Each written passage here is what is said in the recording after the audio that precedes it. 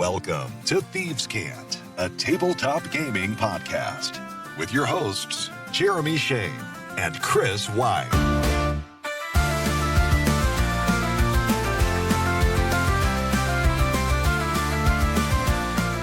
And welcome back. Welcome into Thieves' Cant. It is Saturday, April 5th.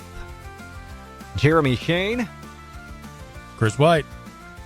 Glad to have you back once again. I hope that your weather has been a little calmer than ours in the Midwest this week. Man, it is NATO season in here. Yeah, we have been bombarded with tornadoes, thunderstorms. Now there's heavy flooding. You know, wherever you live, you're faced with some sort of natural disaster, right?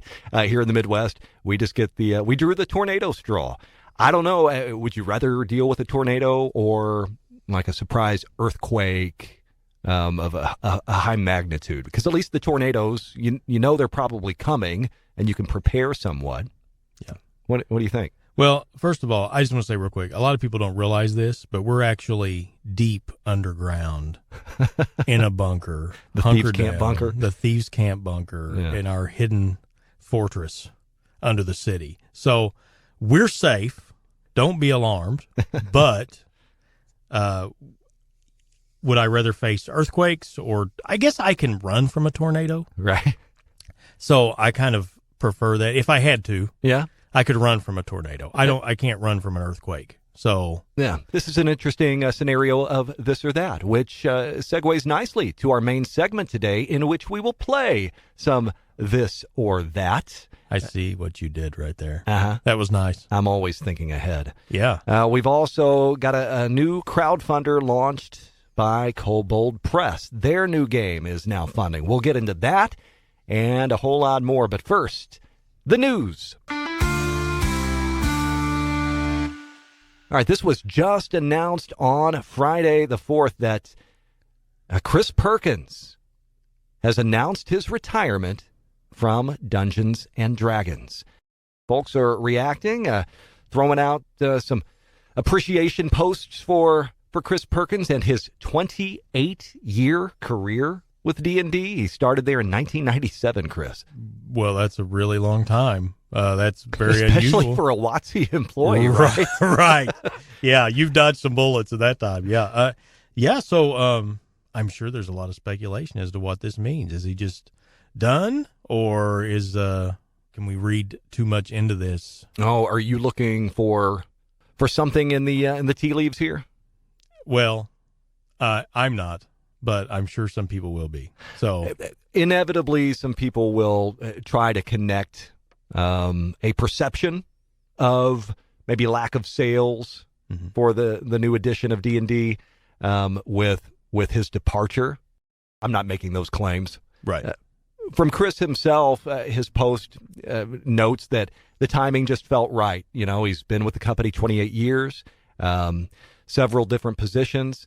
All of the new D&D books are now out, the core books, and he just figured this is the time. According to him, the books are selling like gangbusters, and it just makes sense. This is the time to step away after a nearly 3-decade tenure there. Congratulations to him. Wish him the best. You know, mission accomplished. Yeah, absolutely. He's done a little bit of everything there for D&D. He started as an editor for Dungeon Magazine. Man, I really miss Dungeon and Dragon magazines, both of those. I do too. I really miss those.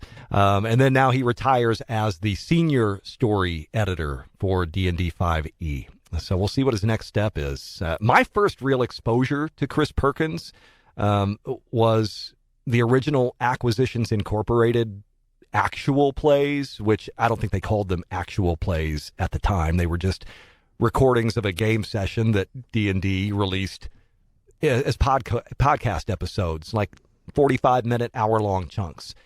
And they were a blast. They were really funny. They were a good time. He was a good DM. So that was my first exposure to Perkins. Even though I love Acquisitions Incorporated, I'm not really a fan of actual plays, but man, are there ever some folks who are. And if you are likely a fan of Critical Role. And they've got a brand new show that they just premiered, Wildemount Wildlings. This just premiered on Thursday. It's going to be a 3-episode limited series focusing on teenage campers at the Wildemount Wildlings camp with their 2 Mighty 9 camp counselors. The show features some of the Critical Role regulars. So if you are a fan of actual plays, that's there for you. I am both happy at Critical Role's success because I think it's good for the gaming industry, bring fans in. But I'm also just dumbfounded at its success. I still can't believe people want to watch people play D&D or any other game for 4, 5, sometimes 6 hours at a time. I don't understand the draw. I don't get it. I don't either. I have tried, and it's not for me.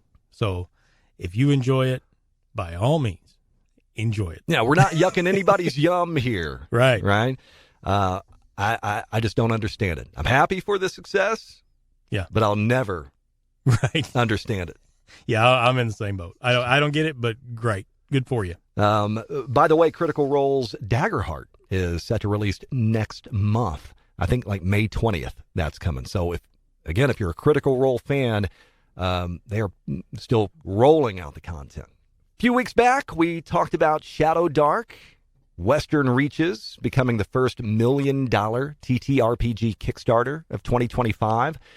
Within a couple of days, a couple more games joined that list. Fallen London and the Magnus Archives, which is based on a weekly horror anthology podcast. Those both became $1 million crowdfunders, and now we've added a 4th to the list. The Alien RPG Evolved Edition from Free League has now surpassed $1 million, and I'm gonna pull up the campaign page now and just I want to double check this and see where they're at. 12 days left to fund. And again, this is April 5th. And they are at $1,791,000. So it looks like they're going to hit that $2 million mark, which both Magnus Archives and Shadow Dark did. They raised over $2 million. I think Alien RPG is going to do the same. One thing we can take from that is, wow, tabletop RPGs are alive and well, and people are willing to part with some cash. So that's great. Great news. Absolutely. Absolutely. I've got a couple of products from the first Alien RPG that Free League released. They're gorgeous books. And from all reports, the Evolved Edition, they're even more gorgeouser. They've cleaned up the layout, made things a little easier to read. And I mean, just it's such a cool property. I would like to role play in the Alien franchise in that world, right? Wouldn't you love to? I mean, whether you're playing a colonist or a colonial marine, I mean, wouldn't you love to either hunt or be hunted by some xenomorphs? Wouldn't that be fun? Absolutely. That sounds great. That would be a fun setting to play in. Yeah. And I mean, Free League, they just make great games. They make beautiful games. They run on the Year Zero engine, and they tweak that engine to suit whatever the property that they're applying it to. So for the Alien RPG, I know one of the core mechanics is like the stress mechanic. And this is to mirror the film. The more stressed you become a little more focused in your skill checks. You might get some bonuses, but the potential for the character to panic also increases along with that stress. You are that more open to fully freaking out, just like we see in the films. That sort of mimics real life. Yeah. Minus the improved skills. I'm very familiar with the panic mechanic. Yeah. So. All right, so we'll keep an eye on the Alien RPG again with close to a couple of weeks left of funding. We'll see if it does indeed pass that $2 million mark. That gives us a pretty nice segue into the next segment, all about crowdfunding. All right, we talked about this one a few weeks back in preparation for the launch, and now Kobold Press has officially launched on BackerKit crowdfunding for their new game, Riverbank. And Chris, this is the game that they describe as a cozy RPG. You get to play an animal. Yeah. Yeah. I want to be a badger. Yeah, a tea-drinking badger. Yeah. Right? But there is a really cool dice bag and dice set that you can add on. They're these really cool little like wooden dice. You see those? I like those. Those are neat. Those dice are cozy. They are for a cozy RPG. So lots and lots of add-ons. There's a novel that you can add on. Chris, you can actually add on some tea. I think this is the first time a game has ever made me want to bake cookies. Well, you could bake those cookies in-game and outside the game. Oh, yeah. Right? Yeah, Right. I'm going to LARP it. They say that the charm of cottagecore meets the delight of sophisticated critters as they navigate polite animal society. Cottagecore. Right? You like that? This is a part of the internet I was not aware of. Your character choices drive the story. You weave farcical or dramatic tales of elegant characters celebrating friendships, navigating social niceties, and weathering the unique dynamics of animal life. Could you play like Winnie the Pooh using this system? Sounds like it. Yeah. Yeah. I want to go on some like Pooh adventures. Well, all right. Don't take that a certain way. No, this sounds fun. I don't know that it's for every gaming group. No, not for every group, but if you're looking for something a little more like whimsical, maybe you've got small kids and they're not ready for, the violence of some of our more traditional RPGs. Maybe this is a fun way to get them started in the game.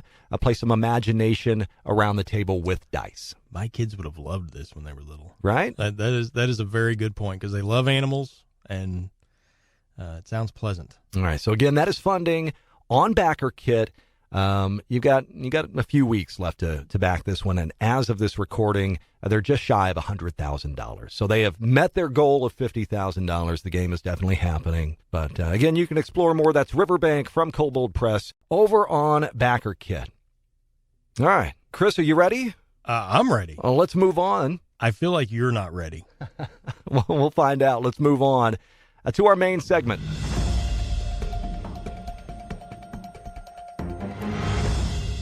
This or that. Ground rules here. We're going to throw each other some options, some choices, some this or that, and you got to choose one. We can discuss the choice, but ultimately you got to pick one. You have to pick one. And get off the fence Yeah. and pick one. Okay. Okay? I'll get us started. This or that, as the DM, fudge your die rolls or no? I say let the dice determine it. I probably would have chosen the other at one point in my career, but my career. Yeah. That's what I consider my DMing a career. Yeah. Yeah. It's that professional. But Your legacy. my calling. But I say let it go. I mean, it's the only way. Mainly just because I don't trust myself, because I hate killing PCs. I really do. I hate doing that. And so if I can fudge a roll, I will to save them. So I have to go all in, and this is a cruel world. It's all a matter of chance. If he dies, he dies. I have to agree with you on that. Otherwise, why are we rolling dice? Right. If I'm not prepared to accept the results of the dice, then maybe I'm playing the wrong game. I don't really get dice fudging. I mean, I your point about wanting to save a character, I understand that. I mean, that's part of being an empathetic human being. But another part of being an empathetic human being is understanding that we're playing a game that has rules. And in this game, we roll dice to adjudicate things. So I'm prepared to let the dice stand. And as you said, if he dies, he dies. My biggest problem is, yes, I'm worried about killing a character. I'm also worried about, is this moment going to be epic, right?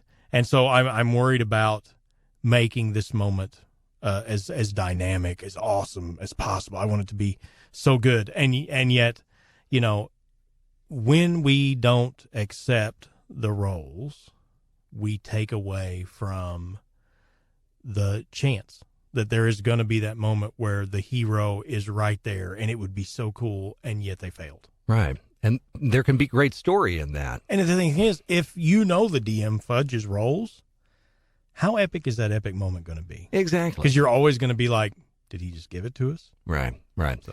And I'll say this, like, from the GM side, I can't recall a time that I ever tried to have an epic moment and it actually worked out that way. You know, those epic moments arise through genuine play and through circumstance and when people are actually surprised by outcomes.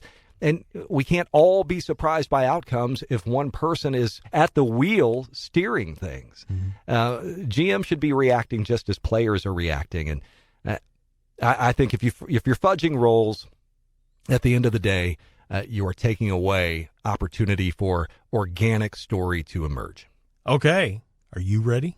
Hit me. It's going to get a little more serious here. Okay. Would you rather be killed by a flump or an awakened shrub? All right.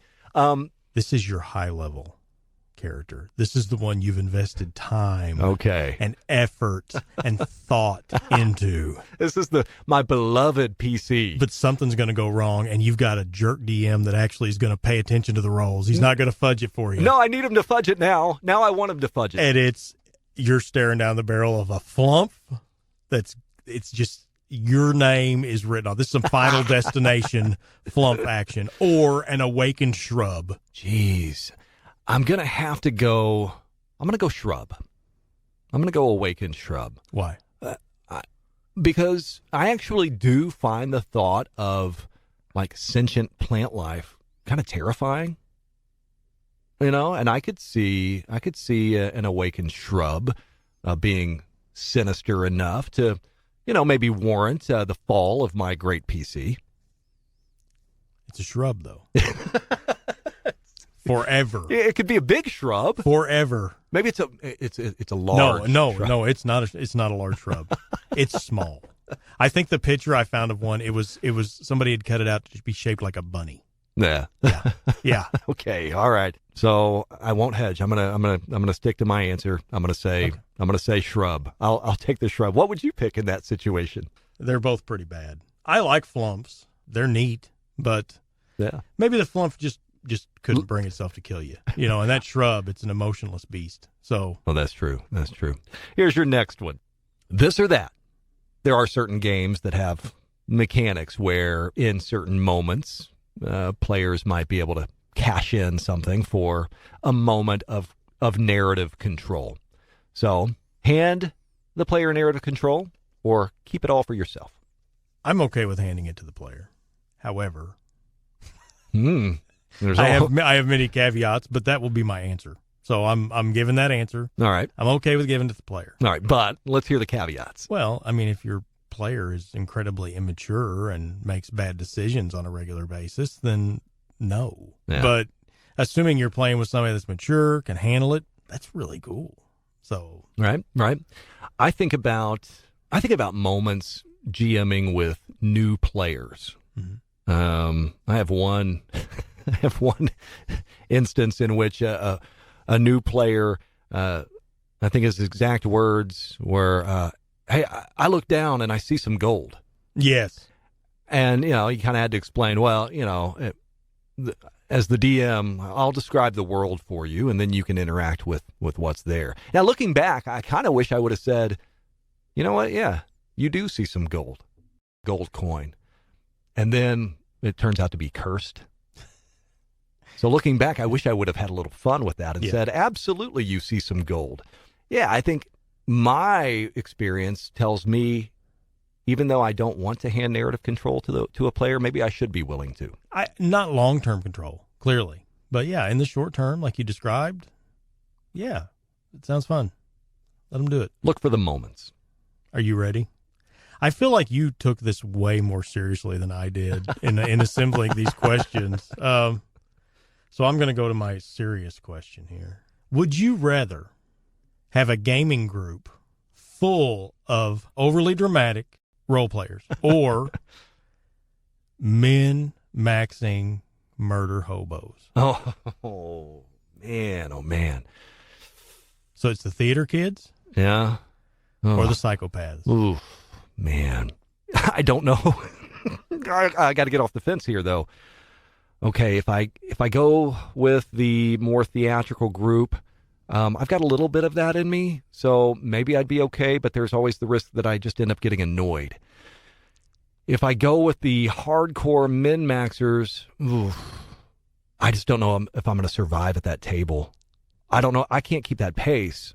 You know, I might min-max here and there on my character, a certain aspect, or maybe min-max isn't even the right word. I'll go a direction because it's the direction I want, so I'll fiddle with the build to make that happen. But it's often not optimized, which is the table that you're describing, right? They are munchkins. They are using the rules, stretching them as far as they'll go, twisting them. I mean, this is like the halfling that's dual wielding quarter staffs, and I mean, it's the whole thing. It's just almost to the point it's silly. They're doing so much to wring every number they can get out of this. Yeah, give me the theater kids. Yeah, I don't think I could hang with if I show up to this table with an unoptimized character, like right. They're going to be correcting everything that I do, every choice that I make. They're going to suggest an improvement. Oh, if you did this, it would be better. I don't need that. So I'm going with the theater kids. And to be fair, again, though, I don't think of them as people who are role-playing. Emphasis on the dramatic, right? I mean, they are... Okay. Because I agree.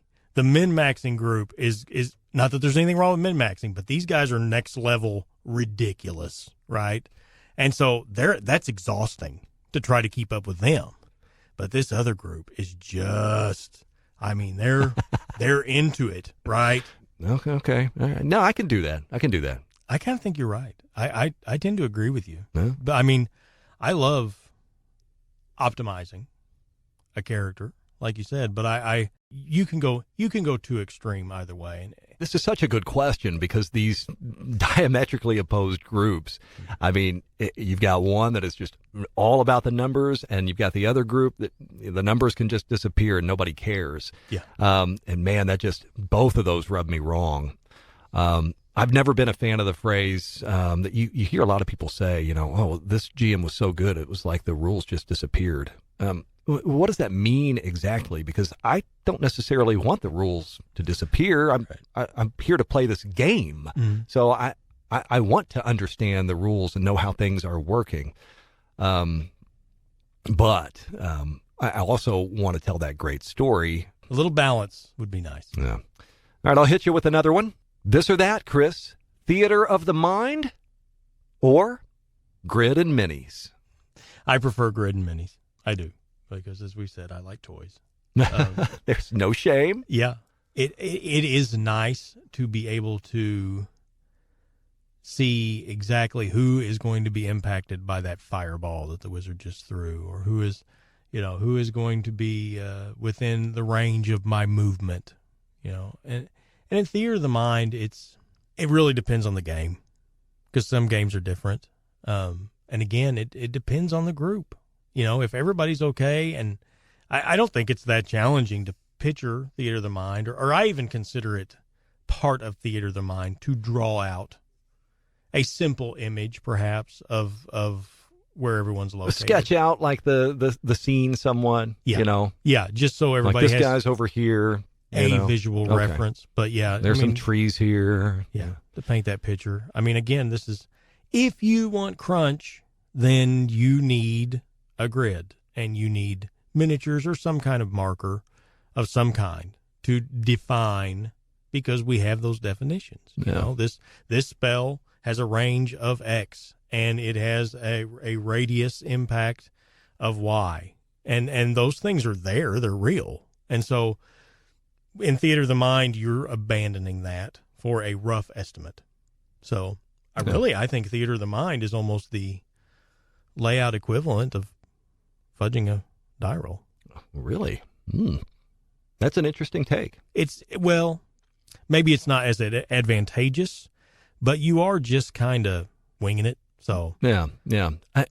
I love playing with the grid and minis. Mm-hmm. I love 4th edition. I've mentioned that a million times, and I'll mention it a million more. But man, I guess if I've got to pick, I'm gonna go Theater of the Mind. One, it's less gear that I need to worry about. Yeah, no, that's an advantage, definitely. But I kind of become a fan of like just zone-based combat, I guess, if we're gonna look at it just through a combat lens, where you can determine distance and range just by zones. It's a way to kind of put a grid in your own mind. Yeah, I get it. And I mean, I don't think there's anything wrong with that. I just think that it just depends what you're looking for in your game. All right. Do you have another this or that option? I do. How many more of these do you have, by the way? Well, How many did you prep? I prepped 4. Okay. But one of them is not super gaming related. So, but I want to get your answer because I found this online and I think this is great. Okay. I'm intrigued. I'm going to give you this one first then. Would you rather get a paper cut every time you turn a page or bite your tongue every time you eat? Oh, my gosh. What is this? That's crazy, isn't it? Here's what I'm going to do. I'm going to bite my tongue every time I eat, but guess what? I'm now on a liquid diet for the rest of my life. I'm drinking protein shakes through a straw. I don't have to chew. Well, I guess you won. Congratulations. Now, I'm going to tell you now. I'm on the Kindle. I'm on the device. We're going all digital. Now that's smart. That's smart. Yeah, that's the only solution. That's a better workaround than what I came up with. I'm going to change my answer. It's too late. No, I'm locked in. Enjoy your liquid diet. All right. One more for you. This is my last this or that. You're making a character. Melee or magic? This or that. Melee. I find my favorite classes truly are, I love fighters. I love rogues. I love barbarians, rangers, paladins. I don't know. Maybe they don't count for the purpose of this, but I prefer somebody just getting it done with some mundane weapons, facing impossible odds. Magic's cheating. That's all it is. I mean, man, throwing a lot of shade there at. Well, I've been playing a lot of wizards, so I feel like I've paid my dues. You've been playing a lot of wizards by like default, right? Yeah, because it's like the rest of the group is playing cool melee characters and basking in their glory, and it's, well, we need a wizard. Ugh. So that I think everybody has their fantasy they're drawn to, but I was always more Conan the Barbarian than Harry Potter. Yeah, so that's just I totally get that. And coming up, that's how I always felt as well. I mean, oh my gosh, yeah, give me a sword, and that's all I want. I don't need any other gear. I just want the sword, and I want to look cool swinging the sword. But here in the last 5 years, I have felt a shift. I've become far more interested in playing casters. I'm not good at it, but I like the idea of utility and options. And sometimes it overwhelms me, and that's where I get stuck. I've got too many things I can do, and I don't know what's appropriate here. But the more I tinker with it, it's like having a bat belt, right? And I've got all these cool tools that I can pull out at any time. Like, I've got just the thing for this situation. Yeah, you're right. I mean, there's a lot more versatility in most casters. But that's why, for me, if I'm answering honestly, the things that interest me the most are more Gish characters. The Eldritch Knights, Paladins, Rangers, somebody who has that, say, mundane capability, but they can combine it with spell casting. Sure. That really appeals to me. I like the Gish. Yeah, it's too bad that wasn't one of your choices. That wasn't one of my choices. And so here we are. I'm wallowing in the mud as a melee character. So all right, well, don't worry, because I'll balance this out, because I'm going magic. Yeah. So now, together, we are an unstoppable force. We are. Yeah. We are. That's great. So what kind of caster are you going to be? I had a lot of fun with my bard. I'm having a lot of fun with my druid right now. If we're talking D&D, I really don't enjoy playing a wizard. So if my option were wizard or fighter, I'll go fighter. So I want magic, but I want a little different flavor. Yeah. What about a warlock or something like that? Oh, warlock's cool. Yeah. Make a dark bargain. Yeah. And get some shady powers. Well, there's just some role play. It seems like warlock and paladin. There's just so much role play baked into those classes. Yeah. Everybody else is kind of a blank slate, but they have built-in fun. That brings us to our last this or that. What do you got for me, Chris? I want you to think about this one. I want you to really think about it. I want you to dig deep here. Okay. Would you rather be in a zombie apocalypse or a robot apocalypse? Is this like some Helldivers stuff right now? Are you trying to pull me back into Helldivers? Okay. Would you rather be lit on fire or play Helldivers for 10 minutes? Well, I guess you finally got me. I'll play Helldivers. All right, back to the robots or zombies. Mm-hmm. I guess I would go with the robots because I don't want to watch the people that I love potentially become zombies and then have to fight them. That's good. Yeah. That's a good answer. Yeah. Plus, I mean, dead people are gross. So, yeah. I think the robot apocalypse would smell better overall. I think it would end quicker. I think the robots would handle us more quickly than zombies would. So if the end is coming, let it be quick. I don't know, though. Robots scare me. I think it's because it's like they're so cold. Somehow they're lawful the only neutral. Yeah, they're the only things more inhuman than zombies. They're just the malicious precision, calculations. Yeah, and they have just as much capacity for carnage. So it's kind of Skynet. Sure. Terminators are pretty scary. Yeah. Man, we're talking Conan. We're talking Terminator. Little Schwarzenegger vibe today here in the Thieves Camp bunker. That's true. Yeah, I lived through the 80s, and it marked me. All right. Well, hey, this or that, Terminator or Conan? I like Conan better. Yeah. I don't know that he can beat a Terminator. That'd be kind of hard. The shotgun is a big advantage, I think. You know what would help him beat that Terminator is if he had maybe a magic user with him that could help. Really? Yeah. Like maybe if Conan had learned spells instead of... He had his friend that was with him. There you go. So maybe they do beat the Terminators. Well, I hadn't thought about that. No. I feel like I need to rethink everything. Rethink it all, especially after listening to this episode of Thieves Can't. That is going to do it. Rethink the decisions that led you here. Right. Just keep coming back every week because that's what we're going to do. You need it. If you want to get in touch with the show, we've got some ways that you can do that. You can find us online at Thieves Can't Cast. We're on YouTube at Thieves Can't Podcast. You can email thievescantcast@gmail.com. Chris, any final thoughts today? This is for everyone that's listening. Would you rather be on a liquid diet in the midst of a robot apocalypse, or would you rather listen to the next episode of Thieves Camp? You should. We'll do it next Saturday when we talk Best Campaign Starts. All right, for Chris White, I'm Jeremy Shane. This has been Thieves Can't. We will see you next week. Thank you for listening to Thieves Can't. Email thievescantcast@gmail.com.